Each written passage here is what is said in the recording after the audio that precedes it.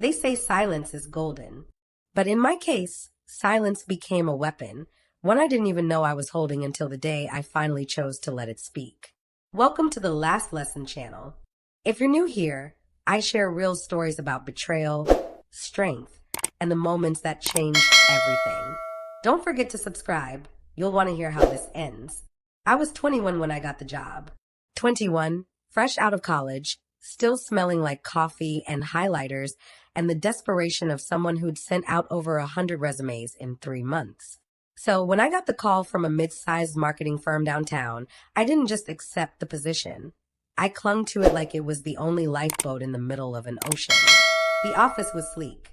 Glass walls, motivational posters that said things like innovate or evaporate, and an espresso machine that made better coffee than anything I could afford. I remember walking in on my first day wearing a blazer I'd borrowed from my older sister, my hands shaking as I signed the employee contract. I thought I'd made it. I thought this was the beginning of something good. His name was Richard. My boss, mid-40s, salt and pepper hair. The kind of smile that made you feel like you were the only person in the room. He had this way of speaking, calm, measured, like every word had been chosen carefully. People respected him. I respected him. On my first day, he shook my hand and said, "I can already tell you're going to do great things here." I believed him. God, I really believed him. The first few weeks were a blur of learning names, figuring out software, and trying not to look like I had no idea what I was doing. I was quiet. I've always been quiet. Not shy, exactly, just careful. I listened more than I spoke. I observed. I didn't want to mess up. Didn't want to draw attention to myself for the wrong reasons. Richard seemed to notice. "You're not like the others," he told me one afternoon, leaning against my cubicle with a coffee in hand. "You actually listen. That's rare." I remember blushing. I remember feeling seen in a way I hadn't felt in a long time. "Thank you," I said softly. "No, really," he continued. "Most people your age just want to be heard. But you take things in. You think before you speak. That's going to take you far." I didn't realize it then, but that was the first thread. The first carefully placed compliment that would eventually weave itself into a web I couldn't see until it was too late. He started giving me more responsibilities. Small things at first, proofreading his emails, sitting in on client calls to take notes, organizing his calendar. I didn't mind. I thought it meant he trusted me. I thought it meant I was doing well. "You're so reliable," he'd say. "I don't know what I'd do without you." And I'd smile. I'd stay late. I'd skip lunch to finish his reports. I'd work through weekends if he asked because I wanted to prove that his faith in me wasn't misplaced. Looking back now, I can see the red flags I ignored. Like the time he asked me to send an email to a client, but to backdate it. "Just a small admin thing," he said with a wave of his hand. "We missed a deadline, but they don't need to know that. You understand, right?" I hesitated, but I did it. Or the time he took credit for a campaign idea I'd pitched in a brainstorming session. I'd spent hours researching, putting together a presentation, and when I showed it to him, he looked impressed. "This is really good," he said. "Mind if I present it to the team? I'll make sure they know you helped." Except he didn't. In the meeting, he presented my idea word for word with my slides, and when the executives praised him, he just nodded and said, "Thank you." It took a lot of late nights.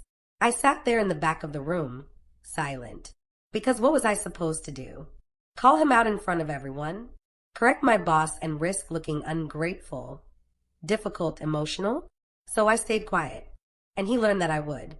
The thing about being quiet is that people start making assumptions.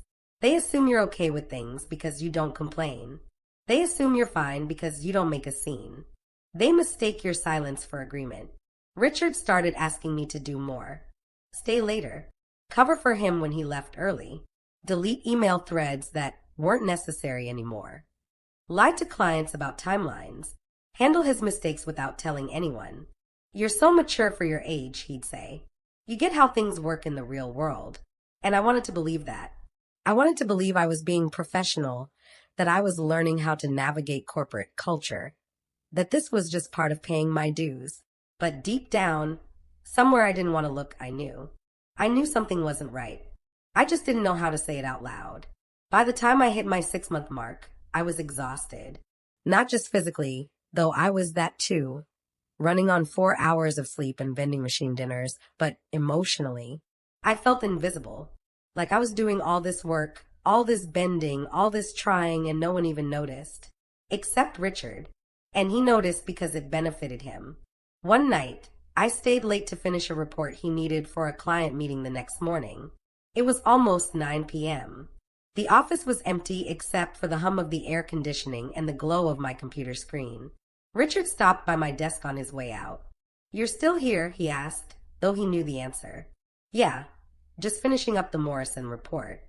He smiled. That same warm, measured smile. "You're a lifesaver.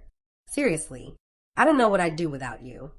I looked up at him, tired, searching his face for something. Recognition, maybe. Gratitude that felt real. "Happy to help," I said. He patted my shoulder. "You're going places. Just keep doing what you're doing." And then he left.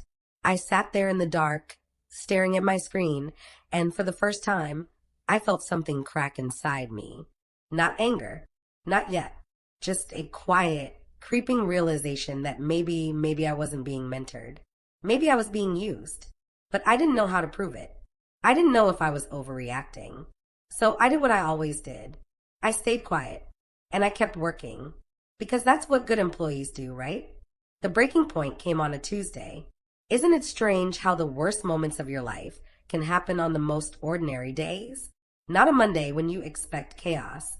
Not a Friday when you're already bracing for the week to end. But a Tuesday. A middle of the week. Nothing special. Gray sky kind of Tuesday.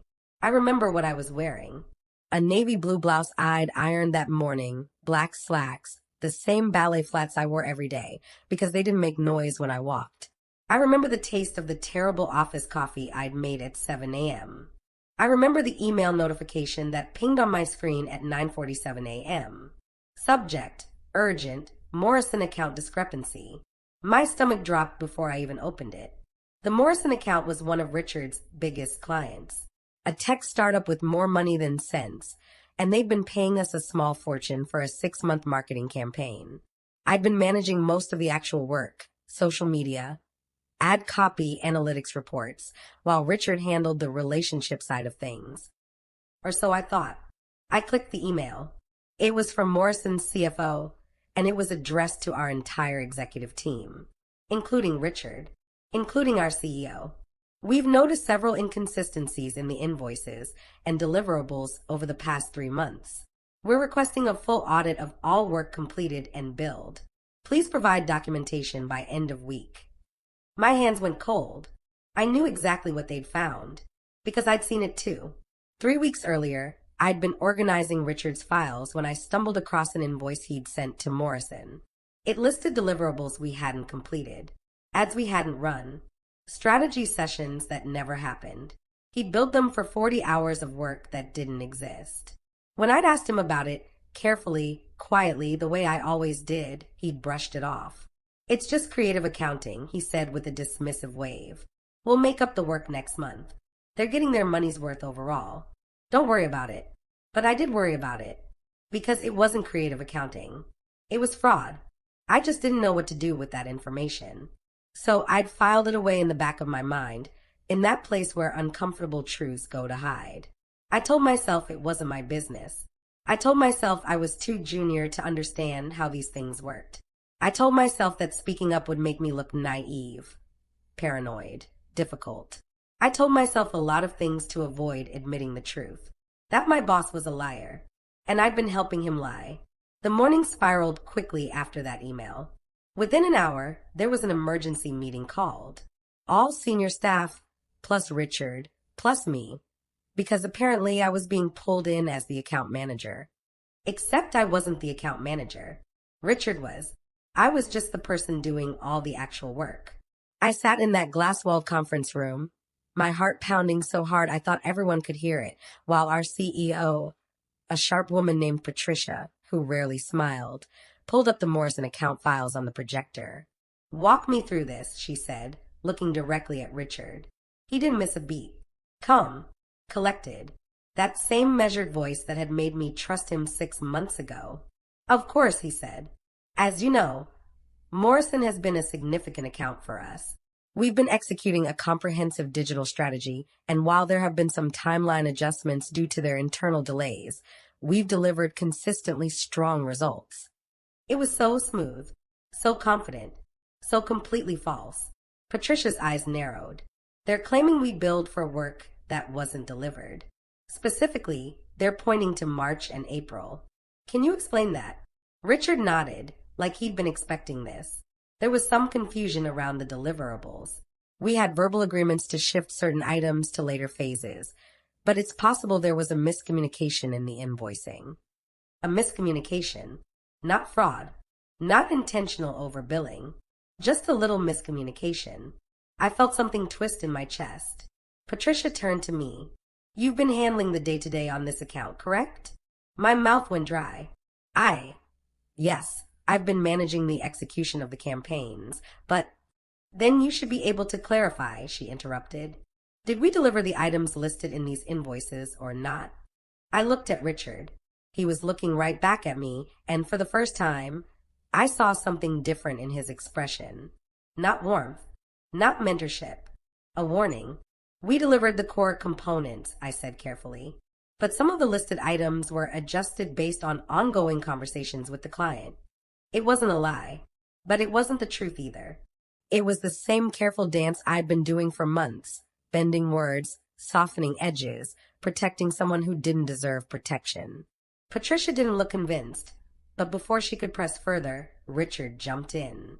I think what happened here, he said, his voice taking on a slightly frustrated edge, is that there was a breakdown in internal communication. I gave clear instructions on what needed to be documented, but unfortunately, some details fell through the cracks. He paused, and then he looked at me again. I think this is a good learning moment about the importance of accurate record keeping, especially for junior team members who are still developing their process. The room went silent. My brain was screaming. He's blaming me. He's sitting there in front of everyone, and he's making this my fault. Patricia's gaze shifted between us. So you're saying this was an administrative error on her part? I'm saying, Richard said slowly, that managing client accounts requires a level of attention to detail that takes time to develop. I take responsibility for not providing enough oversight. But yes, there were errors in how this was documented and invoiced. Errors I made. That's what he was saying without saying it. I sat there frozen, feeling every eye in that room on me, feeling my face burn, feeling something inside me crack wide open. This was the moment I was supposed to defend myself, to speak up, to tell the truth. But I didn't, because I was 21 years old, sitting in a room full of executives, being quietly thrown under the bus by someone everyone respected. And I knew, I knew, that if I contradicted him, I'd be the one who looked bitter, defensive, unprofessional. So I stayed quiet, and Richard knew I would. The meeting ended with Patricia assigning someone from finance to conduct an internal review. Richard left the room with a concerned but confident expression, nodding sympathetically at me as he passed. Don't worry, he said quietly. This will blow over. Just be more careful going forward. I wanted to scream. Instead, I smiled weakly and said, okay. I went back to my desk, sat down, and stared at my computer screen without seeing it. My hands were shaking, not from fear, from rage. Pure, crystalline, razor-sharp rage. Because suddenly everything clicked into place. Every late night, every missed credit, every time he'd asked me to adjust a timeline or forget an email, every compliment that came wrapped in a request. He hadn't been mentoring me. He'd been grooming me to be his scapegoat. And I'd let him.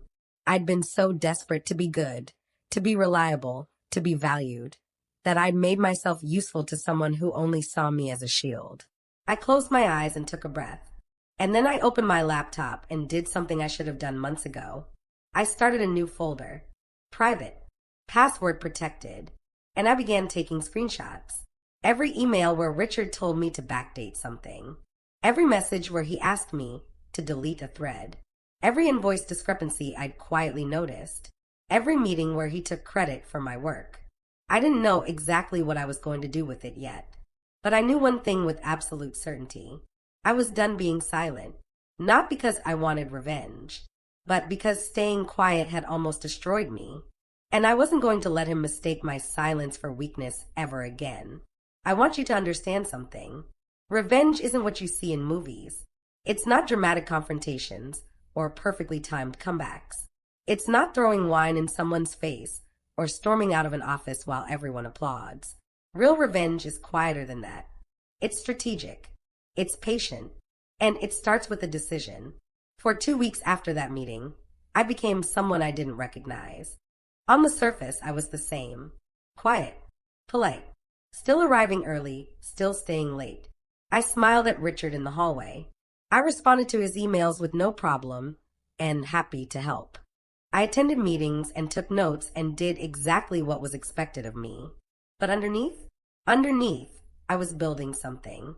Every night after everyone left, I'd sit at my desk with my laptop and carefully, methodically document everything. I created a timeline, 6 months of evidence organized by date. I'd backed up emails to a personal cloud account. I took photos of documents with my phone. I recorded meetings where Richard contradicted himself or asked me to falsify information. I was meticulous because I knew that if I was going to do this, I had to do it right. I couldn't be emotional. I couldn't be sloppy. I had to be exactly what he'd always said. I was: careful. The thing is, gathering evidence showed me just how bad it really was. It wasn't just the Morrison account. That was barely the surface. There were at least 4 other clients he'd been overbilling. There were expense reports where he'd claimed dinners that never happened. There were emails where he'd instructed other junior employees, people I'd never even talked to cover for him the same way he'd asked me to. And there were messages to other staff members about me. She's perfect for this kind of work, doesn't ask questions. Nice kid, but way too passive to push back. She'll do whatever I need without making it complicated. Reading those messages felt like swallowing glass. Because he was right. I had been passive. I had done whatever he needed. But not anymore. The other thing that happened during those 2 weeks was that people started talking to me. Quietly, carefully, the way people do when they're testing whether it's safe. First, it was Marcus from the design team. He stopped by my desk one afternoon with a question about a file, but then lingered. "Hey," he said, lowering his voice. "I heard about the Morrison thing. That was rough." I looked up at him, keeping my expression neutral. "It's fine. Just a misunderstanding." He hesitated. "Look, I don't know if anyone's told you this, but Richard did the same thing to the last person in your role. Blamed her for something that wasn't her fault. She quit about a month before you started." My heart stuttered. "Really?" "Yeah. She was young too. Fresh out of school. I think that's why Marcus stopped himself. Never mind. Just be careful, okay?" After he left, I sat there staring at my screen, feeling something cold settle in my chest. I wasn't the first. I was just the most recent. Then there was Aisha from Client Services. She caught me in the break room and spoke in barely a whisper. "I know what he's doing to you," she said. "He did it to me too." Made me feel like I was learning, like I was special, and then when things went wrong, suddenly everything was my fault. "Why didn't you report him?" I asked. She laughed bitterly. "I tried. HR said it was a management style difference and that I needed to communicate better. He's been here 8 years. I'd been here 8 months. Who do you think they believed?" That conversation changed something in me because I realized I wasn't just doing this for myself anymore. I was doing it for every person Richard had manipulated, every person he'd made feel small, every person who'd stayed quiet because they didn't think anyone would listen. I decided to resign on a Thursday morning, not because I had another job lined up, not because I couldn't handle it anymore, but because I was ready. I'd spent 2.5 weeks gathering everything I needed. I'd organized it into a comprehensive report, 37 pages of evidence with timestamps, screenshots, and detailed notes. I'd made 3 backup copies on different drives. I'd even consulted with a lawyer friend of my sister's to make sure I wasn't doing anything that could come back to hurt me legally. I was prepared. My resignation letter was simple, professional, almost boring. "Dear Patricia, please accept this letter as my formal resignation from my position, effective 2 weeks from today. Thank you for the opportunity to work here. I've learned a great deal during my time with the company. No accusations, no drama, just clean, formal, unremarkable. I printed it, signed it, and walked it to HR myself. The HR director, a woman named Susan, looked surprised when I handed it to her. "Oh," she said, scanning it quickly. "I'm sorry to hear you're leaving. Can I ask why?" "I've decided to pursue other opportunities," I said calmly. "Did something happen? Is this about the Morrison account situation?" I met her eyes. "No, this is just the right time for me to move on." She studied me for a moment, like she was trying to read between the lines. But I gave her nothing. No emotion. No cracks. "Well," she said finally, "we'll be sorry to lose you. I'll process this today." "Thank you," I said. "Actually, there's one more thing." I pulled out a manila envelope from my bag. Inside was a copy of my full report, along with a cover letter addressed to Patricia, Susan, and the company's legal team. "I'd like to submit this as part of my exit process," I said. "It's documentation of some concerns I've had during my employment. I think the company should be aware of them." Susan's expression shifted. She took the envelope carefully, like it might explode. "What kind of concerns?" "Financial irregularities, falsified client records, patterns of misconduct." I paused. "It's all detailed in the report. I've included dates, evidence, and relevant communications. I thought it was important to document before I left." The room went very quiet. This is serious," Susan said slowly. "I know," I said. "That's why I documented it so carefully. I worked my 2 weeks. They were the strangest 2 weeks of my life. Richard tried to talk to me on my first day back after submitting my resignation. He cornered me by the coffee machine with that same concerned smile. "Hey, I heard you're leaving," he said. "What's going on? Did I do something to upset you?"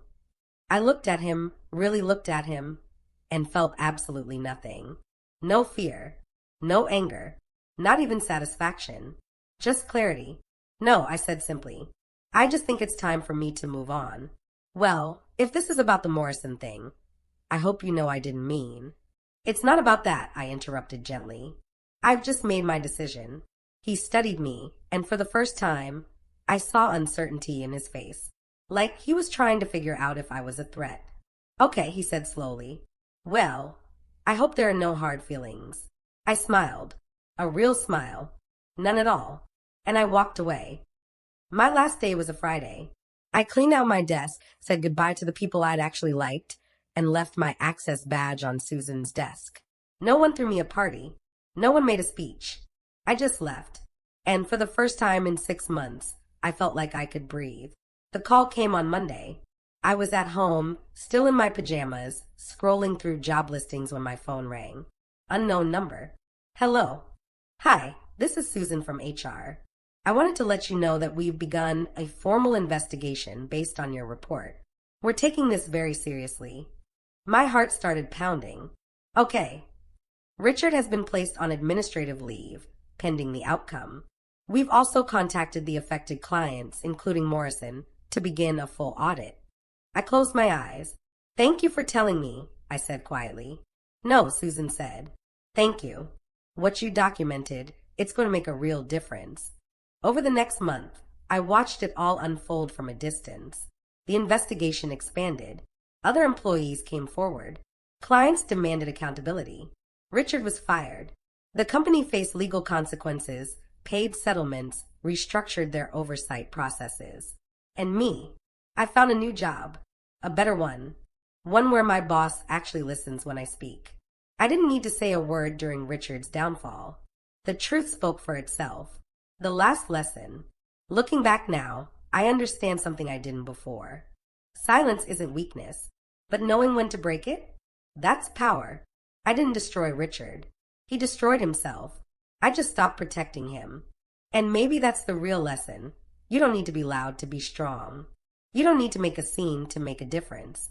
Sometimes, the most powerful thing you can do is simply stop being silent about the truth. If this story resonated with you, please subscribe to the Last Lesson channel. Hit that notification bell so you never miss a story about standing up, speaking out, and finding your strength. Drop a comment below telling me about a time you chose to stop being silent. I read every single one. And if you know someone who needs to hear this today, share it with them. Sometimes we all need a reminder that our voice matters. Thank you for listening to my story. I'll see you in the next one.